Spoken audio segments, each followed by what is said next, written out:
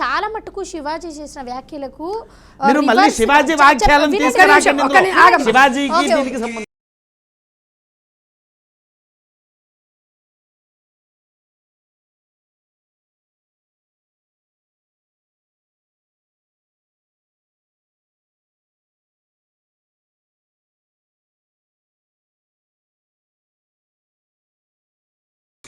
ఇది కూడా ఊర్లలోకి తీసుకొని పోదాం.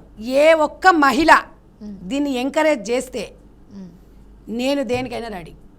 అంటే మీరు ఒక చిన్న సందేహం అండి, ఇప్పుడు మీరు ఏమంటున్నారు అంటే ఆ డ్రెస్సెస్ వేసుకోవచ్చు, ప్రైవేట్ లైఫ్ని ఎంజాయ్ చేయాలి కానీ పబ్లిక్లో పెట్టొద్దు అని చెప్తున్నా. అది మీ స్వేచ్ఛ.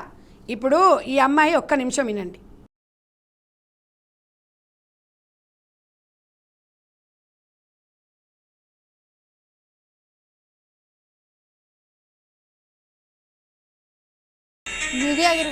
ఇప్పుడు ఇగో కార్లోకి వచ్చి కూర్చొని థ్యాంక్ గాడ్ అంటది.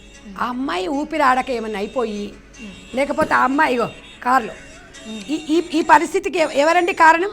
ఎవరు మీరు ఒక్క కారణం చెప్పండి. ఎవరు కారణం? అంటే ఈ పరిస్థితికి మగవాళ్ళు కూడా కారణం అవ్వచ్చు. దేనికి? రెండు రకాలుగా చెప్తాను.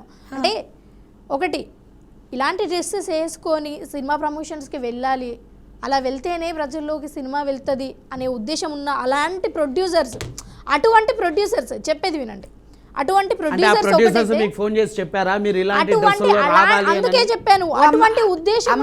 నువ్వు మళ్ళీ సినిమా దగ్గర పోతే నేను ఏం చెప్తున్నా, సినిమా నువ్వు సినిమా పక్కకు పెడతాం, సినిమా కాదు, నువ్వు యాంకరింగ్ చేస్తున్నావు తల్లి, నీకు ఇట్లా జీతం ఇస్తున్నారు, నువ్వు 10 మందికి పంచుతున్నావు, నీ ఇంట్లో వాళ్ళకి ఇస్తున్నావా? మా ఇంట్లో వాళ్ళకి కదా. నీ ప్రాబ్లమ్స్కి నీకు ఏదైనా ప్రాబ్లం వస్తే మీ ఇంట్లో వాళ్ళు స్పందిస్తారా, బయట వాళ్ళు స్పందిస్తారా? ఇంట్లో వాళ్ళు కదా. ఈ రెండింటికి తేడా ఉంది కదా. ఆమె ప్రాబ్లం ఆమె పడుతుంది, మాకెందుకు రుద్దుతుంది బయటకు వచ్చి? నువ్వు బయట వాళ్ళు ఎందుకు జడగొడుతున్నావు? నీకు రైట్ అంటున్నావు. ఏం రైట్ ఉంది నీకు? ఒంటరి మహిళలు ఉన్నారు, పాపం తిండి లేని వాళ్ళు ఉన్నారు, వాళ్ళని ఆదుకో. నేను ఒక దేవతలాగా చూస్తారు. నేను అనేది ఏంటంటే ఎన్ని ట్రోల్స్ వస్తున్నాయమ్మా. నేను అనేది ఏంటంటే సినిమా నా ఇష్టం అండి, నా మొగడు ఇలాగే ఉండమంటున్నా, ఇలాగే ఉండు, నీ ఇంట్లో ఉండు, బయటికి వచ్చి పబ్లిక్లోకి వచ్చి నువ్వు మాట్లాడకూడదు అనే మాట గురించి నేను అంటున్నా. నువ్వు ఏమన్నా చేసుకో, నువ్వు ఉన్నావమ్మా. నువ్వు ఇక్కడి నుంచి వెళ్ళిపోయిన తర్వాత, నేను వెళ్ళిపోయిన తర్వాత నా పర్సనల్ లైఫ్ నాది ఉంటుంది. నేను ఇవాళ ఇంత నిండుగా ఉన్నా, ఇంట్లోకి పోయిన తర్వాత నేను ఇంత నిండుగా అంటే నేను నైటీ వేసుకుంటా, నేను పడుకుంటా, దొర్లుతుంటా. ఆ వీడియోలు నేను ఫేస్బుక్లో ఇన్స్టాలో పెడతాను, యాక్సెప్ట్ చేస్తావా? అంటే ఏం యాక్సెప్ట్ అంటే కామెంట్ ఏం చేయవా? అంటే వైరల్ అవుతూ ఉంటాయి. ఇప్పుడు నువ్వేమంటావు? నిన్న ఇక్కడ వచ్చి మనకేదో నీతులు చెప్పిపోయింది, అమ్మ ఇదేంది ఇట్లా అనవా? అనవా? గదే మరి పబ్లిక్ ప్రైవేట్కి తేడా గదే. ఇక నీకు అంతకన్నా ఎక్కువ నేను పచ్చగా ఏం చెప్పలేను. మనము మన బెడ్రూమ్లో ఎందుకు ఉంటాయమ్మా? ఒక భార్య భర్తలే కదా. బెడ్రూమ్లో ఎందుకు? హాల్లో పడుకోవచ్చుగా, టెర్రస్ మీద పడుకోవచ్చుగా, లేకపోతే రోడ్డు మీద పడుకోవచ్చుగా. మనుషులం, మనకు ఒక ప్రైవేట్ లైఫ్ ఉంటుంది. ఎంత ముసలోళ్ళు కానివ్వరు, ఎంత అది కానివ్వండి, పొద్దంతా కష్టపడి వచ్చిన తర్వాత 100% ఒక మనోభావాలు ఇద్దరు వ్యక్తపరచుకోవడానికి ఒక ప్రశాంతమైన వాతావరణంలో కొద్దిసేపు సేద తీరాలనేది ఉంటుంది.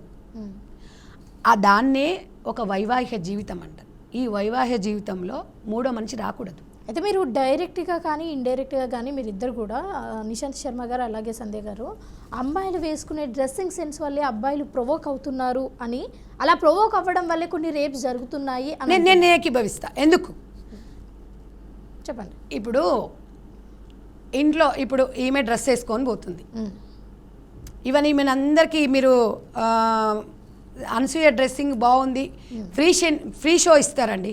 ఫ్రీ షో చూడడానికే మొగోడు ఇష్టపడతారు, పోరలు ఎట్లా ఇష్టపడతారు. ఇష్టపడనోడు ఎవడన్నా నేను చూడను అంటే ఇట్లా కళ్ళు చెప్పుకొని పోతాడు ఆడు. ఎందుకు ఒక మాట 10 మాటలు అమ్మాయికి చెప్పినప్పుడు ఒక మాట అబ్బాయికి చెప్పొచ్చు కదా. అబ్బాయి బుద్ధి అదేమ్మా. అబ్బాయి ఒక్కటి వినడం కాదు, అబ్బాయి కాదు అమ్మాయి కాదు. నువ్వు ఫ్రీగా ఏదైనా వస్తున్నట్టు వదులుతావా? నువ్వు చెప్పమ్మా. నీకు బజార్లో 1000 రూపాయలు పడతాయి, వద్దని వెళ్ళిపోతావా?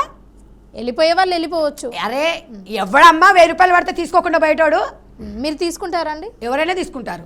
సో అంతే, ఎవరైనా తీసుకుంటారు. అంటే నేను అందుకే చెప్తున్నా, మగవాడికి కావాల్సింది మొత్తం చూపిస్తుంటే ఫ్రీగా వాడెందుకు చూడాడమ్మా? ఎందుకు చూడాడు?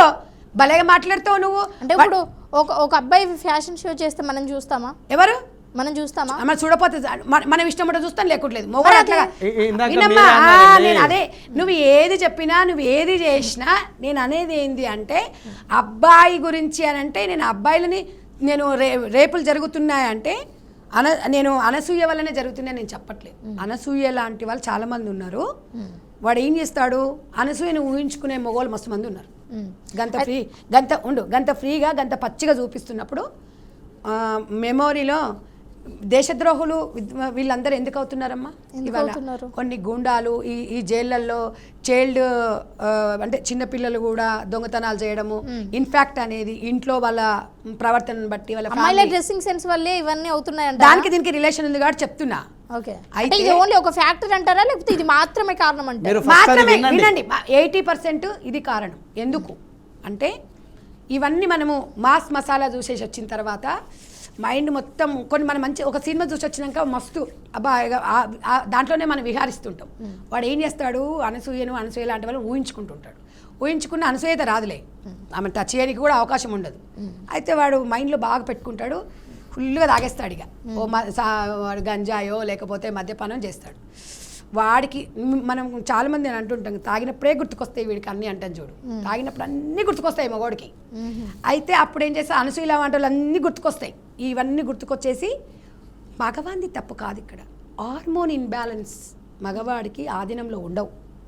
కాబట్టి అప్పుడు వాడు ఏం చేస్తాడు, ఆ పని అయిపోవాలి అంటే తల్లి ఉందా, చెల్లి ఉందా, 80 ఏళ్ళ ముసలా ఉందా, సంవత్సరం పిల్ల ఉందా అనేది అక్కడ చూడడు. అది అయిపోయిన తర్వాత పశ్చాత్తాపడతాడు. కాబట్టి ఈ ప్రభావం అనేది 60-70% ప్రభావం అనేది ఇలాగే జరుగుతున్నాయి. వాంటెళ్ళి చెయ్యడు ఎవడు.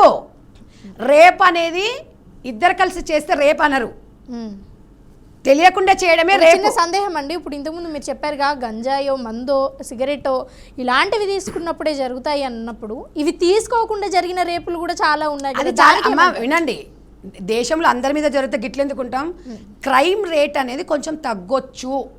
ఇది మనం ఇప్పుడు ఆ టాపిక్గా 5 days నుంచి కంటిన్యూగా జరుగుతుంది. ఇంతవరకు ఇట్లాంటి మస్తు కామెంట్స్ చేస్తారు, మస్తు జరిగినాయి, కానీ ఇంత చర్చ ఎప్పుడైనా జరిగిందా? జరగలే. ప్రజలలో ఒక అవేర్నెస్ వస్తుంది మీ మీడియా వల్ల. ఈ లైవ్లు డిస్కషన్ పెట్టడము, మీరు ఓటింగ్ పెట్టడము, ఎవరికి సపోర్ట్ చేస్తున్నారు అనే దాని మీద ఒక చర్చ మొదలైంది. చర్చ రావాలి. ఎందుకంటమ్మా ఒక మహిళ చనిపోయిన తర్వాత కూడా శవమే, ఆమెకు ప్రాణం లేదు, పాడ మీద పడుకోబెట్టినప్పుడు కూడా నిండుగా కప్పుతారు. కొత్త చీర కట్టి ఒక అవయవం శవమే కదా, చూస్తే ఏమవుతుంది అనేది ఉండదు. అవయవాలు బయటికి కనబడకుండా ఆ శవానికి చీర కట్టి దహనం చేస్తారు. అంత గొప్ప భారతదేశంలో మనం ఉన్నాము. దాన్ని కాపాడుకోవాల్సిన బాధ్యత కొంతమంది మీద ఉంది అని నేను అంటున్నాను తప్ప నేను ఆచరించమని చెప్పట్లేదు. అంటే పురాణాలు చెప్తారు, ఒక అనసూయ పేరుకి పురోహితుడు పక్కనున్నా కూడా నాకు తెలిసిన జ్ఞానంతో నేను చెప్తున్నా. అనసూయ అనేది ఒక ప్రతివేతా శిరోమణి. ఒక శ్రీరామచంద్రుడే సాక్షాత్తు అనసూయ కాళ్ళ మీద పడి పాదాభివందనం చేసిండు. ఎందుకు చేసిండు?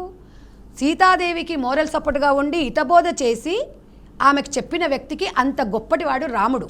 ఆ అనసూయ అనే పేరుకు అంత ఉంది. అనసూయాదేవి ఎవరు అంటే సాక్షాత్ పరశురాముడి యొక్క ధర్మపత్ని, తల్లి, అత్రి మహాముని యొక్క భార్య అనసూయాదేవి గర్భంలో జన్మించినవాడు దత్తాత్రేయుల వారు. ఆమె పతివ్రతాదేవిలో ఒకటైంది. అక్కడ వరకు ఎందుకమ్మా, ఇప్పుడు వీరు చెప్పినట్టుగా ఒక మాట అడుగుతాం మిమ్మల్ని, వివాహమైన తర్వాత అదిగో చూడు అరుంధతి నక్షత్రం అని చూపిస్తున్నావు, ఆమె ఎవరు అనుకుంటున్నావు? అసలు ఎస్సీ జాతిలో పుట్టినామే, కానీ ఇప్పుడు సాక్షాత్కారిగా వివాహమైన ప్రతి ఒక్కరికి ఒక పవిత్ర దేవిగా అందరం కలిసి పూజిస్తున్నామే. ఇప్పుడు కొంతమంది సీతాదేవి విషయంలో, ద్రౌపది విషయంలో మాట్లాడిన విధవలు కూడా ఉన్నారు. ఇన్ని రకాలుగా స్త్రీని నమస్కరిస్తున్న పురుషులు కనిపించట్లేదు మీకు, కేవలం ఇలా మాట్లాడిన పురుషులు కనిపించారు. ఆ స్త్రీని మాతృదేవత రూపంలో చూపించిన పురుషులు మీకు కనిపించట్లేదు. అయితే ఇక్కడ ఒక చిన్న సంఘటన. అవునమ్మా, నా మాట పూర్తిగా చెప్పండి. ఇందాక మీరు అన్న రేపు విషయంలో సరే అక్కయ్య గారు చెప్పింది కాకుండా నేను ఒక్క మాట అడుగుతున్నా. భారతదేశంలో పురుష జాతి ఎంతమంది ఉన్నారు?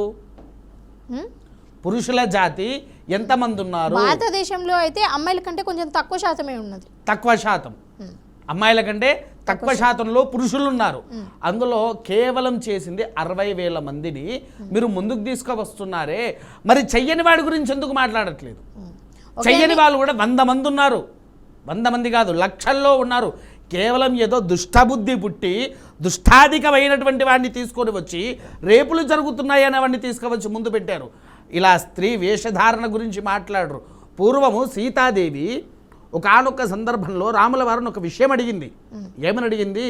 స్వామి రావణాసురుడు నన్ను వివాహంలో కొంచెమేదే వాడు ఇలా బాణాన్ని లేపాడు, లేపినప్పుడు నేను వాడికి దక్కుంటే అప్పుడు మీరేం చేసేదండి అంటే, ఏముంది తల్లి, నేనేదో నా దారిన నేను వెళ్తూ ఉంటే ఇక్కడికి నా యొక్క గురువు ఎవరైతే ఉన్నారో ఆయన నన్ను తీసుకువచ్చి దీంట్లో భాగం కమ్మన్నారు.